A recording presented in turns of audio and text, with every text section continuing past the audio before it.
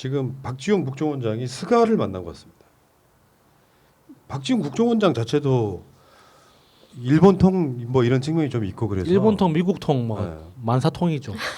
이분을 이게 국정원장 임명해 놓으니까 쓸모가 참 많네요. 그렇죠. 그러니까 바이든하고의 인맥 중에 최강 인맥이 박지원 원장이더만요. 예. 박지원 원장이 젊은 시절에 미국에서 사업을 크게 했잖아요.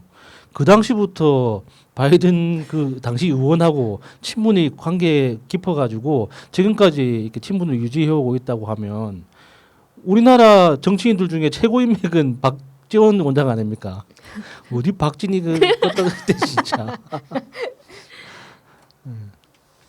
근데 결과는 좋은 것 같지는 않아요. 스가가 좀 이상해. 이 우리 스가 어찌했을까요? 이 사람은 지금 뭐 징용 뭐 등 관련해 가지고 이 문제를 걸고 넘어지면서 계속해서 이게 엇박자를 내고 있는 건데 일종의 특사가 간 거 아니에요. 예. 대한민국 국정원장이 가서 이야기를 했는데 여기에 대해서 일본이 저렇게 나오면 저는 이렇게 봅니다.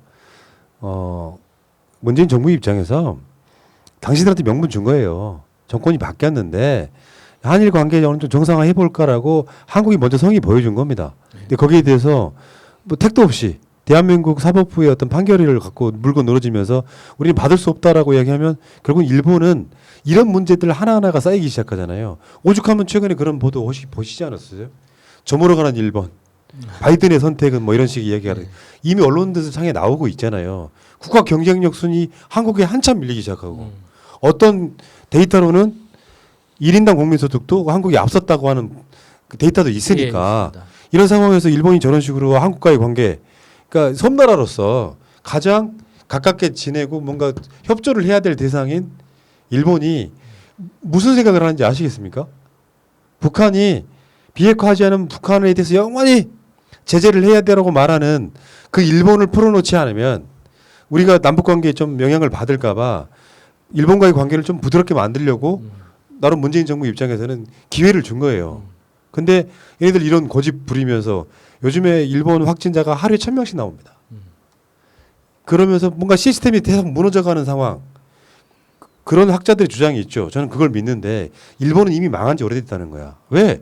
실제로 뭔가를 끌어내가지고 그걸로 부가가치를 생산해내는 게 아니라 예. 계속해서 빚을 내는 형태로 예. OECD 국가 중에 가장 빚이 많은 나라 250%. 예. 그러면서 그걸로 유지해봤던 경기 부양하고 성장률 유지했던 나라다 보니까 이제는 여력의 한계가 생긴 겁니다.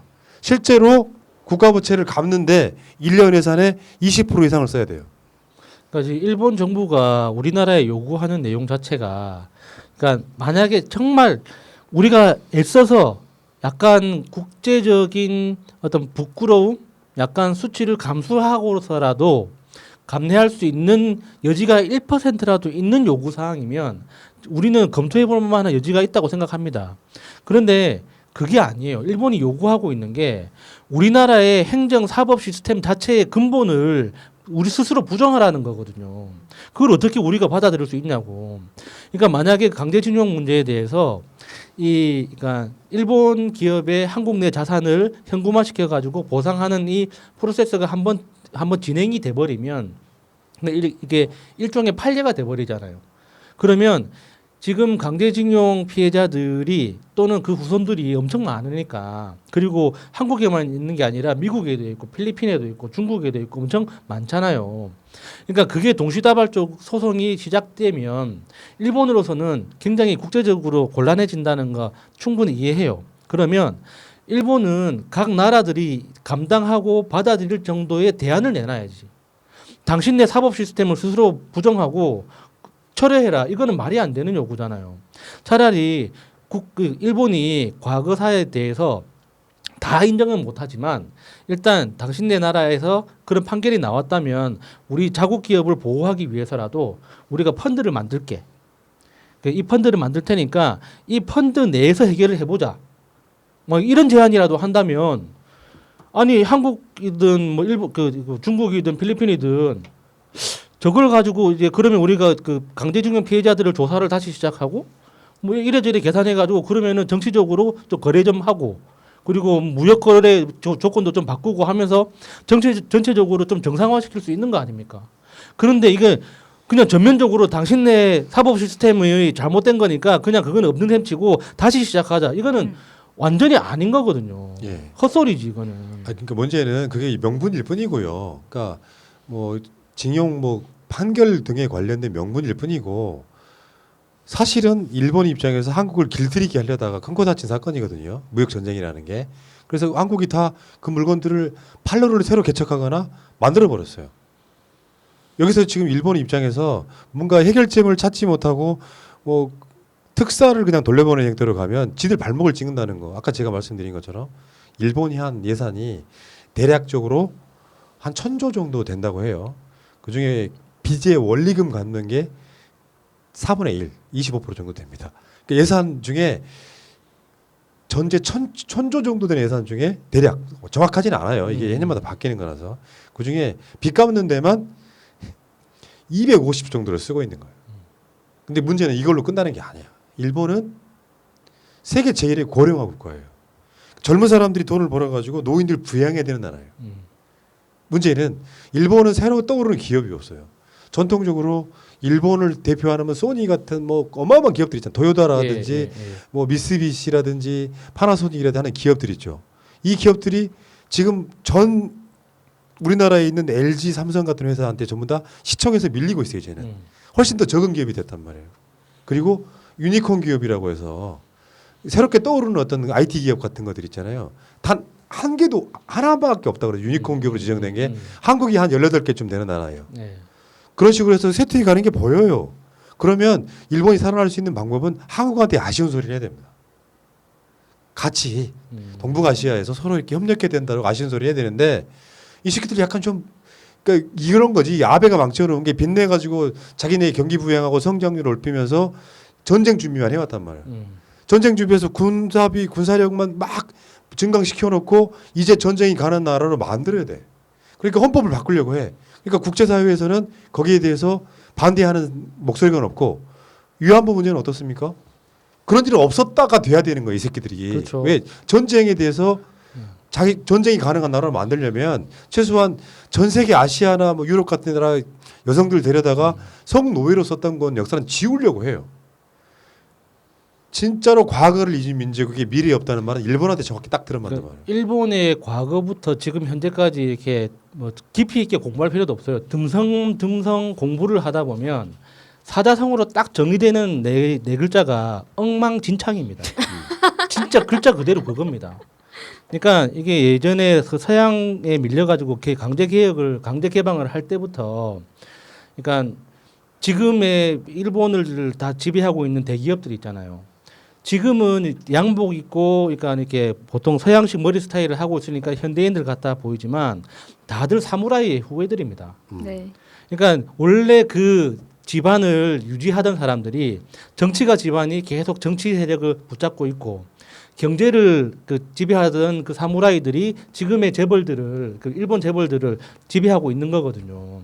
그러니까 혁신이란 개념이 없어요. 새롭게 어떤 아이디어나 어떤 제안을 통해서 아래에서부터 어떤 새로움을 만들어 나가는 이런 시스템이 전혀 작동을 안 하고 있다 보니까 일본 특유의 그 체계적인 시스템 있잖아요. 시키면 시키는 대로, 까라면 까는 대로 하는. 이게 통하던 제조업이 이렇게 중요했던 시절에는 정말 미친 듯이 돈을 많이 벌었지만 그것도 이제 한국 덕분에 번 거지. 한국 전쟁이나 그쵸. 그 이후에 전후에 이제 한국이 재건되는 과정에서 그 일본이 굉장히 득을 많이 본 건데 이제 그런 제조업 중심의 시대가 지나고 이제 지식과 아이디어가 중요해지는 창의력이 중요해지는 시대에 접어드니까 바로 꼬꾸라지는 게 맞습니다. 보이잖아요. 예. 우리가 무역 흑자를 봤던 대표적인 나라는 중국이고요. 무역 적자를 봤던 대표적인 나라가 일본이에요. 일본은 한국에 쪽쪽 빨아먹었다고. 그걸 끊어놓은 게 아베예요. 우리 말하면 우리한테 보면 윤석열 같은 거예요. 개혁에 도움이 되는 대상들이라고 보는데 스가는 내가 봤을 때 정말 대가리가 정말 떨어지네요. 내가 봤을 때. 자, 국정원 이야기 했으니까 하나만 더 하자면 국정원의 이름을 바꾸기로 했었다는 얘기를 우리가 전에 한번 알려드린 적 있잖아요. 대외안보정보원. 근데 안 바꾸기로 했답니다. 별건 아닌데 하도 국정원이라고 하는 대상이 우리는 그렇게 바라지만 검찰 뒷조사 해라. 국정원이 해라. 이렇게 바라지만 그렇게 하면 안 되는 거잖아요. 그래서 그렇죠. 아, 안 되지. 그래서 그 해외에 관련되어 있는 산업에 관련되어 있는 그런 정보들만 그 수집해라 그런 활동만 해라 해서 대외 안보 정보원으로 바꾸려고 했었는데 안 바꿔도 되겠다. 여기 남아 있는 쟁점 하나가 뭐 있냐면은 대공수사 있죠. 간첩 전문 수사를 예. 지금 경찰로 가져가느냐 마느냐에 대한 부분만 남아 있어요. 실제로 지금은 국정원이라고 하는 대상이 안보에 관련된 정보 수집도 하겠지만 가장 중요한 개혁은 뭐였느냐? 국내 정치에 개입 안 하는 거였거든요. 그렇죠. 조금 더 했으면 좋겠는데요. 왜요? 이렇게 국정원에서 바지 안 벗겨도 자기가 스스로 바지 벗고 다니잖아요. 내가 그런 면에서 봤을 때 박지원 국정원장은 진짜 신의 한 수예요. 예. 서훈 국정원장은 국정원 출신이기 때문에 자기가 벌 수 없는 영역이 저는 있었다고 봐요. 그러니까 국정원이 앞으로 국내 정치에 개입 안 하는 것은 방향성이야 되는데 정권이 바뀌면 그때그때마다 달라져 버리지 않습니까? 박근혜 때는 엄연히 최동국 검찰총장 바지 벗기는데 국정원장이 동원됐던 거고 박근혜가 대통령 되는 것도 국정원이 개입해서 선거에 개입함으로써 댓글 조직이 막 만들어지고 막 이랬던 거 아니에요. 근데 지금 뭐 이름을 바꾸는 건 환기시키는 의미에서는 나쁘지 않다고 봤는데 굳이 이름을 대외 안보 정보원으로 바꿀 필요가 있느냐? 정치 개입 안 하는 걸로 또 간첩 수사를 경찰한테 주느냐 마느냐 정도를 결정하면 그냥 국정원으로 유지가 될 것 같아요. 국정원이라는 이름을 만든 게 김대중 정부 때라는 것도 한몫하지 않았을까 싶어요. 그렇죠. 그렇게 이름만 대외 안보 정보원으로 바꾸고 뭐 국내 정치 개입하면은 뭐 무슨 소용입니까? 지금도 이름은 국가정보원이지만 실제로 전체 예산의 한 3분의 2 정도는 해외 사업에 쓰이거든요. 국정원에서 그러니까 뭐 코트라 지사나 뭐 그 대사관이나 이런데 참사관이나 이런 사람들 중에 사실은 이제 위장 신분들이 상당히 있다고 알려져 있죠. 그러니까 사실은 진짜 소속은 국정원인데 그런 이제 그 직함을 받고 해외 파견을 가서 근무하는 사람이 많이 있잖아요. 그러니까 지금도 굉장히 해외 활동이 제대로 되고 있고 국내 정치에 이 정도로 무관심한 척이라도 해준다면 좋은 거죠. 자, 알겠습니다. 어쨌건 국정원 이야기는 여기까지 하겠습니다.